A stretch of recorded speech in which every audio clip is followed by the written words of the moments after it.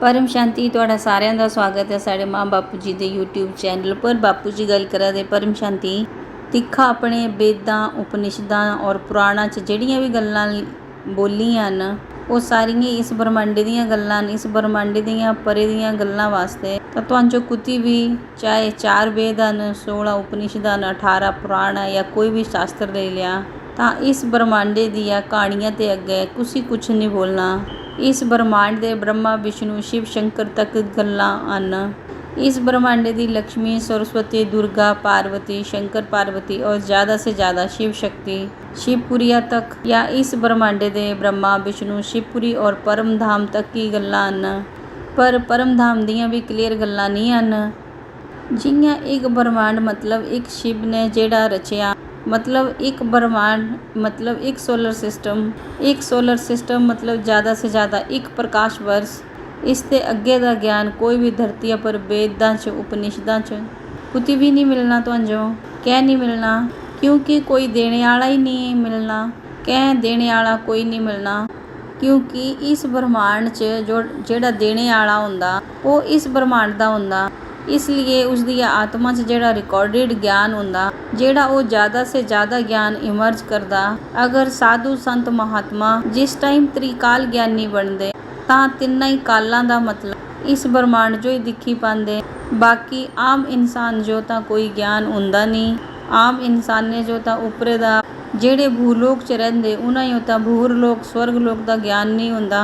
वो तो बोलते तीजो स्वर्ग जाना है या नरक जाना है, तो लोग बोलते स्वर्ग लोक नरक लोक। जियां 7 पताल लोक हैं उइयां ही धरती के उपर 7 लोक हैं। जियां कोई बोलता कि तीजो स्वर्ग लोक जाना है, कोई बोलता फिर तू पाप करगा तो पताल लोक जाना, तो 55 करोड़ नरक भी हैं। तो इस ब्रह्मांडे की कहानी हमेशा सब कुछ बोलते रहते, ऋषि मुनि सुनाते और इससे अगे तो कोई नहीं। जियां भगवान शिव ने माँ पार्वतिया जो ज्ञान सुनाया था अमर कथा, तो वो शिव पार्वती भी शंकर पार्वतिया की गल है ना। भगवान शंकर ने माँ पार्वतिया जो ज्ञान सुनाया था, जित्थी शंकर पार्वती ने ज्ञान सुनिया था उस जगह ही अमरनाथ बोलते ना। अमरनाथ की यात्रा सारे जानते भक्ति मार्ग से। तो शंकर पार्वती भी हिमालय च रहिंदे मानसरोवर, और उत्थे जेड़ा कैलाश पहाड़ है उत्थे रहिंदे सूक्ष्म च, स्थूल और सूक्ष्म च दोनों ही। तो ये शंकर पार्वती भी एक ब्रह्मांड की कहानी सुनाई सकते, इससे ज़्यादा अगे नहीं तो कह नहीं। क्योंकि उन्होंने आत्मा से जेड़ा रिकॉर्डिंग है वो एक ब्रह्मांड का ज्ञान है। कोई साधु संत महात्मा भी कितना भी जोर लगाए तां भी एक ब्रह्मांड का ही रिकॉर्डिंग पिया। इससे अगे उसकी आत्मा च रिकॉर्डिंग की शक्ति नहीं है, क्योंकि उस दिखिया ही नहीं, सोचिया ही नहीं, सुनिया ही नहीं। अगर उस दिखिया सुनिया तां ही आत्मा च रिकॉर्डिंग आनी ना। आत्मा च रिकॉर्डिंग किस टाइम आती? जिस टाइम जेड़ी आत्मा है उहदे जेड़े बाहर जेड़े आवरण है जेड़ा महातत्व च रिकॉर्ड पिया, तां फिर वो या तो तीजा नेत्र खोली दिंदा या तो फिर तीसरे नेत्र च अंदर जो भी रिकॉर्ड पिया वो इमर्ज हो जाता। वो इमर्ज करी ना वो दिखी पांदा। तां इस ब्रह्मांडे ते ज़्यादा कुछ नहीं दिखी पांदा। क्योंकि अगर महाब्रह्मांडे ते जेड़ा कोई गलैक्सिया ते महाशिव दी कैटागरी दी आत्मा जेड़ी घूमने फिरने वाली आत्मा है वो घूमती फिरती इत्थे आई हो। जर्नी ऑफ सोल मैं एक वीडियो बनाया था। कई आत्माएं महाशिव दी कैपेसिटियां दियां कई घूमने फिरने निकल जांदियां, फिर ब्रह्मांडा च भी आई जांदियां, यूनीवर्स ते भी आउंदियां, ग्रेट यूनीवर्स ते भी आउंदियां, ग्रेट यूनीवर्स ते भी आउंदियां घूमने फिरने वास्ते। तो वो आत्माएं जिस टाइम आउंदियां पर उन्हें जो ये ज्ञान देने च या इस ब्रह्मांडे च दिलचस्पी नहीं हुंदी, क्योंकि वो तो केवल इत्थे घूमना फिरना आउंदियां। कई बार उन्हें जो ये मृत्यु लोक बड़ा अजीब जिहा लगदा, 5 तत्वां दा शरीर कदी दिखिया नहीं तो अजीब जिहा लगदा। तो फिर वो मृत्यु लोक च फसी जांदियां, तो वो मृत्यु लोक च मनुष्य बनी जांदियां हाई क्वालिटी आत्मा। पर वो ज्ञान जो इमर्ज नहीं करदियां ना ही तो वो ज्ञान दिंदियां, मतलब उन्हें ना ही तो इंटरस्ट होंदा ज्ञान देने का, क्योंकि वो तो एक ट्रैवलर हन, वो तो घूमना फिरना आए हो, वो तो एक मुसाफिर हन। इसलिए धरती पर यह तो बड़ा भारी बड़ा पुरुषार्थ है जिन्हां दा लक्ष्य है पूरा बहुत हाई कैपेसिटी का ज्ञान उतारने का। तो हाँ महाशिव की कैपेसिटी दी आत्माएं हैं, ਤਾਂ ਉਹ ਮਹਾਬ੍ਰਹਮੰਡ ਦਾ ਗਿਆਨ ਦੇ ਸਕਦੀਆਂ। ਐਸੀ ਕੋਈ ਗੱਲ ਨਹੀਂ ਹੈ। ਪਰ ਕਦੀ ਕਦੀ ਆਉਂਦੇ ਹੋਣਗੇ ਤਾਂ ਜਿਹੀਆਂ ਲਿਖਿਆ ਅਨੰਤ ਕੋਟੀ ਬ੍ਰਹਮਾਂਡਾਂ ਦੀਆਂ ਗੱਲਾਂ ਕਿ ਅਨੰਤ ਕੋਟੀ ਬ੍ਰਹਮਾਂਡ ਹਨ ਔਰ ਪ੍ਰਤੀਪਲ ਅਨੰਤ ਅਨੰਤ ਬ੍ਰਹਮਾंड बनते और बिगड़ते, तो कुछ ही लिखवाया होगा ना किसी महाशिव की कैपेसिटी वाली आत्मा ने ये शास्त्रां च रेज मारी ने लिखवाया। जिस टाइम शास्त्रां में लिखा दे होंगे कोई भी लिखा दा होगा इयां दा ये शास्त्र लिखने की गल केवल एक वेद व्यास की गल नहीं है, पहले भी बड़िया लिखे हो जियां एक ब्रह्मांड की गल नहीं है। ये दूया ब्रह्मांडा च भी घूमते रहते, दूया ब्रह्मांडा च भी यही हाल है। जियां साढ़े ब्रह्मांडे च 14 लोक हैं, 14 भुवन होंगे, इयां दूया ब्रह्मांडा च भी अलग अलग भुवन होंगे, अलग अलग व्यवस्था होंगी, अलग अलग तत्व होंगे। तो उत्थे इतना ही ज्ञान होंदा जिस आत्मा च शिव की कैपेसिटी है तो वह शिव तत्व तक ही दिंदी, उस जो शिवत्व बोलते ना उसते अगे नहीं बोलना।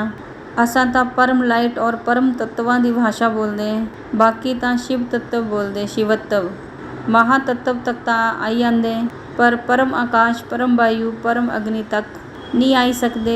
इसलिए आत्मा की जितनी कैपेसिटी है इतना ही ज्ञान दिखी सकदियां, और जेड़ा ज्ञान दिखिया हुंदा वही रिकॉर्ड हुंदा उस दिया आत्मा ते बाहर दे आवरणां च, फिर ही वो उतना ही ज्ञान दे सकदे या फिर लिखवाई सकदे। कुछ ही वो रेज मारी ने भी लिखवाई सकदे। अगर कुछ दूरी वाली आत्मा अगर लिखवाना चाहे तो लिखवाई सकदी, पर उन्हां जो कोई इंटरस्ट नहीं हुंदा, वो तो घूमी फिरी ने चली आंदियां आत्मा। इसलिए ये सारियां बड़ियां अति गुहिया गल्लां न कि कै इस साढ़े ब्रह्मांडे च ब्रह्मा विष्णु शिव शंकर ते अगे दा ज्ञान नहीं है। एक ही ब्रह्मांडे च एक ही सोलर सिस्टम ते अगे ज्ञान नहीं है।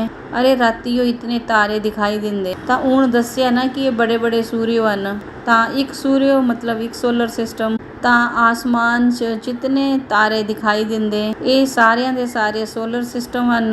एक सोलर सिस्टम मतलब एक ब्रह्मांड, तां ये सारे ब्रह्मांड दिखा दे तुसां। राती वो जेड़े सारे सितारे देखा दे तुसां वो सारे ब्रह्मांड दिखा दे। तां एक तारा मतलब एक ब्रह्मांड, एक तारा मतलब एक सूर्य मतलब एक ब्रह्मांड, एक सोलर सिस्टम हुंदा पूरे का पूरा। तां ये ब्रह्मांड बनया। तां गैलेक्सी च कितने 800 अरब सितारे हैं, 800 अरब ब्रह्मांड हैं, वो तो मैं कई बार बोली चुके हाँ। पर उस दे अंदर हर कोई ब्रह्मांडे च अलग अलग हैं। कई क्लस्टर ऑफ सोलर सिस्टम भी होंगे छोटे छोटे, तो अलग अलग होंगे सारे, अलग अलग व्यवस्थाएं होंदियां, अलग अलग रचना होंदियां जियां अलग अलग। तो ये सारियां गल्लां शास्त्रां च तां बड़ियां कई रेयर मिलनियां। तुहां शास्त्र वेद उपनिषद पुराण पूरा पढ़ी लिया तां तुहानू ये सारियां गल्लां एक ब्रह्मांड तक ही मिलनियां। अगर ज्ञानी तू आत्मा है एक ब्रह्मांड दियां गल्लां च फसी आंगी, फिर वो आत्मा उसते अगे नहीं निकली पाती, क्योंकि एक ही ब्रह्मांड दियां गल्लां भी इतनियां हन कि 4 वेद 16 उपनिषद 18 पुराणे पढ़ते पढ़ते भी पूरी जिंदगी निकली आंदी। अगर आत्म चिंतन नहीं किया, आत्म स्वरूप की अनुभूति नहीं की, तो उपरे दे पूरे ब्रह्मांड जेड़े 14 लोक हैं उन्हां विच व्यवस्था कियां चलदी। इस ब्रह्मांडे का समय ब्रह्मा जी दे 100 साल है, तो ब्रह्मा जी का पहला पराध क्या होया? पहले पराधे विच 50 साल होंदे, तां पहले ब्रह्मांडे का 50 साल मतलब कितना होंदा? ब्रह्मा जी का 1 साल बराबर 31 खरब 10 अरब 40 करोड़ साल होंगे। तो ब्रह्मा जी के 50 साल मतलब कितना होया? 31 खरब मल्टीप्लाई करा तां भी बड़े रूपे च गिना तो कितना होया? 155 खरब साल हो गए इस ब्रह्मांडे जो बने हो। तो ये तो ब्रह्मांडे का दूआ पराध चला दा। तो इयां ही हर ब्रह्मांडे विच ब्रह्मा का 100 साल है। इयां मनना जरूरी नहीं है, अलग अलग ब्रह्मांडा च अलग अलग समय हुंदा। जियां शिव जी की पावर होंदी, अगर शिव जी एक कला दा है 2 कला दा है तो उस ब्रह्मांडे का समय हो ही सकता ब्रह्मा ते भी ज़्यादा होए। 3 कला दा शिव है तो ज़्यादा है, 4 कला दा शिव है तो ब्रह्मांड की आयु ज़्यादा है। तो अलग अलग कैटेगरी के ब्रह्मांड होंगे, अलग अलग रचना वाले ब्रह्मांड होंगे। ब्रह्मांडा विच तां वैरायटी रचना होंदी, पर उहदे बारे च मैं हल्ले दस्सिया नहीं है क्योंकि इस टाइम मेरे वाल इतना टाइम नहीं है। अलग अलग वैरायटी के ब्रह्मांड होंगे। केवल एक साड़ा ब्रह्मांड है उस विच 14 भुवन हैं, तो थोड़े साढ़े आस पास ये इस गैलेक्सी च मिलने। बाकी दूजियां गैलेक्सियां च तां दूए प्रकार के ब्रह्मांड होंगे। जियां मैं महाब्रह्मांड के बारे च दस्सिया ਮਹਾਬ੍ਰਹਮਾਂਡ 4 ਪ੍ਰਕਾਰ ਦਾ ਬੜੇ ਰੂਪ ਵਿੱਚ ਮੈਂ ਦੱਸਿਆ ਥਾ, ਮਤਲਬ ਬਣੇ ਹੋਏ ਹਨ 4 ਪ੍ਰਕਾਰ ਦੇ। ਉਸ ਵਿੱਚ ਜਿਹੜੇ ਬ੍ਰਹਮਾਂਡ ਹੋਣੇ ਉਹ ਅਲੱਗ-ਅਲੱਗ ਟਾਈਪ ਦੇ ਅਲੱਗ-ਅਲੱਗ ਬ੍ਰਹਮਾਂਡ ਹੋਣੇ। ਤਾਂ ਇਹ ਬ੍ਰਹਮਾਂਡਾਂ ਦੀ ਕਹਾਣੀ ਕੋਈ ਵੀ ਕਹਿ ਨਹੀਂ ਦੱਸੀ ਸਕਦਾ, ਕਿਉਂਕਿ ਘੁਮਾ ਫਿਰਾਈ ਨੇ ਗੱਲ ਤਾਂ ਫਿਰ ਉਹੀ ਆਉਂਦੀ ਨਾ। मतलब किसी भी आत्मा वाल इतनी शक्ति नहीं है दिखने दी, सोचने दी, समझने दी। जितनी आत्मा च पावर होंदी उतनी ही कला का ज्ञान होंदा। एक कला का या 2 कला का ज्ञान दे सकदा और उस जो लिखवाई सकदा या लिखी सकदा, खुद भी लिखी सकदा या लिखवाई भी सकदा। परम शांति। बेहद की परम शांति सोचो, बोलो परम शांति। Join us daily for live meditation, 10 p.m. to 11 p.m. on YouTube Live. Subscribe now. Website www.paramshanti.org. Email us anand@paramshanti.org. Like, share, subscribe. Join today. बेहद की परम शांति।